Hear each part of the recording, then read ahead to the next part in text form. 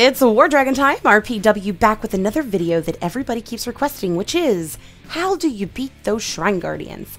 No, you do not need a Divine Dragon, and in fact, I have found that a lot of Divines actually struggle in this area, especially those orange Divines. Now, there are a few out there that do pretty well depending on the spell set they have. But that is the secret to the Shrine Guardians, guys. It is the spell set.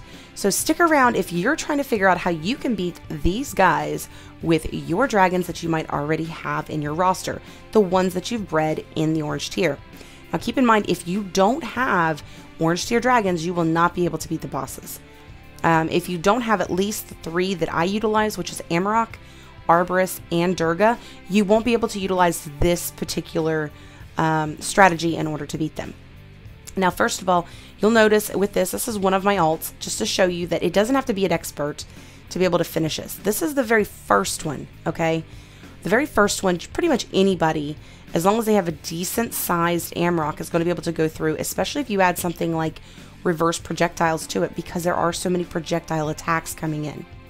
And then don't forget that you don't have to have, be hit with a poisonous dart to utilize that healing on the poisonous healing, I can't remember the name of it, spell there. So that one is a pretty easy one. Most people aren't struggling there. But let's jump into my husband's alt, who was struggling with the ones beyond that.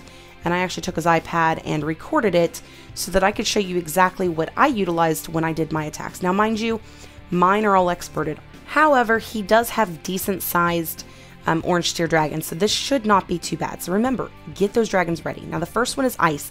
And if you'll notice, there's lots of ice turrets.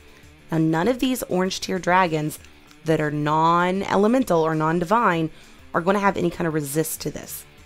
So the first dragon I would suggest is using something that is going to have an advantage. Use an ice dragon because it's not going to have minimized effects. And one of those is going to be Amarok. Now, I choose to add the lightning spell on this specific base because of the HP that is being caused by the ice turrets. So I'm going to go ahead and go through.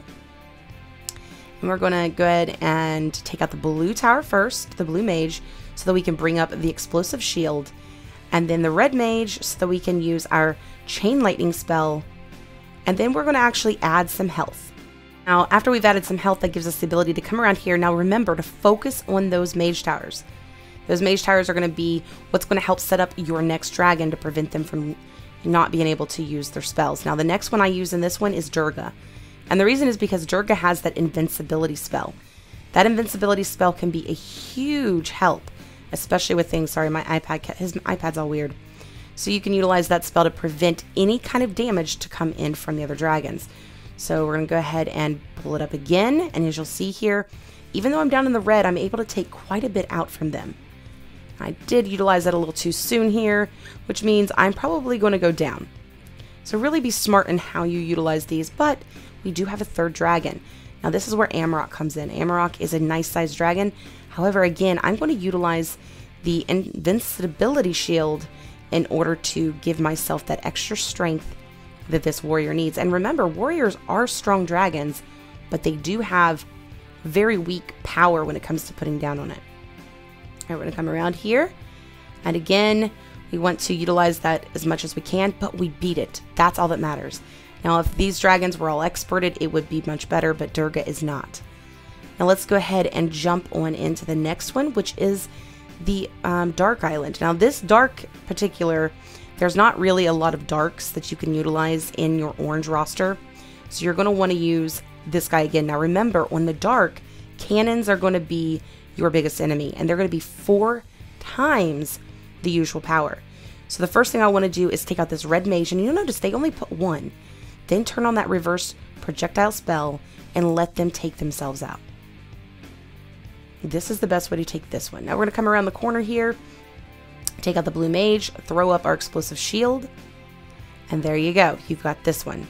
Come around the corner. There should only be a red mage, so we're going to bring up our blue spell, bring our health back a little bit here, and there you go. We've utilized this one with 1 dragon thanks to being creative with our spell set. Here's the thing. The next one is going to be a lot like this one, except it's with archer towers because it is the wind boss. So you're going to want to do this one the exact same way using, Amarok. with that reverse projectile spell, because look at all the archers that are in here. So this one, again, you're going to want to utilize that reverse projectile spell when you go in for this attack. So, yeah, it messed up. So we're going to want to take out the mage towers first, and you can add the reverse projectile. And you're going to be able to utilize this twice, of course, throughout this. All right. And again, we've utilized that reverse projectile, and it's helped us get through that base. Now, this one's a little trickier because they do put the mages in a little bit different areas to make it a little more challenging. But again, if you really study the base and see where it's at and where you can utilize your spells, you can definitely get some stuff here. Now, here's the biggest key factor. You need to make sure you're equipping those runes so that you can build the rage that you need to utilize these. If you don't have the rage, you're not going to be able to.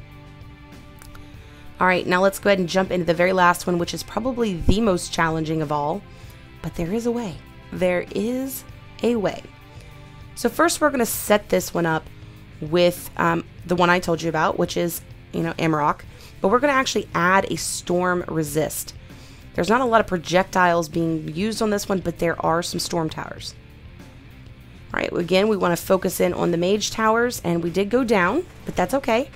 We're going to go ahead and bring in the next dragon so we can continue setting up for our beastly one. Now, if this dragon is expert, it does really well. Because this one's not expert, I did add a rider.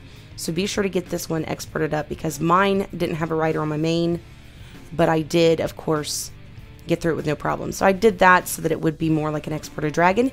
And if you have one, add it to Durga. She's amazing for these with that invincibility spell. And here we go. We are at 98%, 99%, and 100%. 3 dragons, but we won. So this is the way you're going to be able to beat these. And again, if you'll notice, no divines. I did add a rider at the very end, or the very last one, with Durga. Now, if you don't have Atlas and you don't have those extra riders to utilize, maybe you could grab up Portia up to that one little portion. That's why I said, guys, it's worth it when it's 50% off, just to at least grab it, because you can add some gear to it, put it on one of these dragons, and utilize them during this event, and even utilize them when you do get Atlas, or if you do have Atlas, to do those missions over on the Atlas side. Because these are dragons you're not going to really use, so unless you're down in that tier. Now, reminding you to, of course, then start doing XP runs on these. Jump in with players, ask for XP. Literally, all you got to do is you see somebody going in, you see an invite, jump in. If they're bigger than you, you're going to be able to get some XP on dragons you weren't trying to level up anyways. And I would just keep one out at all times so that you can start building these up, getting them expert.